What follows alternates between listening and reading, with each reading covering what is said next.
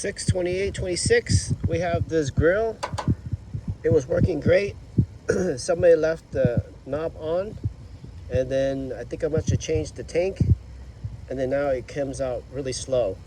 So to fix this, what we got to do is turn on all the gas valves and let it air out. Make sure you remove it from the tank. Then close all the valves.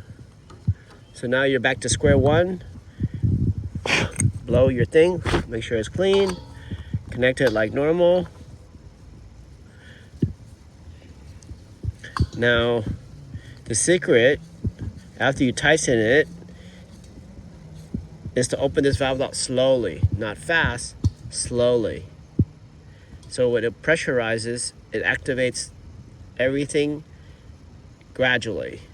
Because if it sees a big spike in gas output, then it goes into like a limping mode. It goes to like a limit mode where it doesn't let a lot of gas out because it thinks things are burning too fast. So now you can hear all that gas coming out super fast, and then it works like perfect. Look how strong that gas is. And before it was just like barely, and then it died because this thing's on limit mode. All right, Risker out.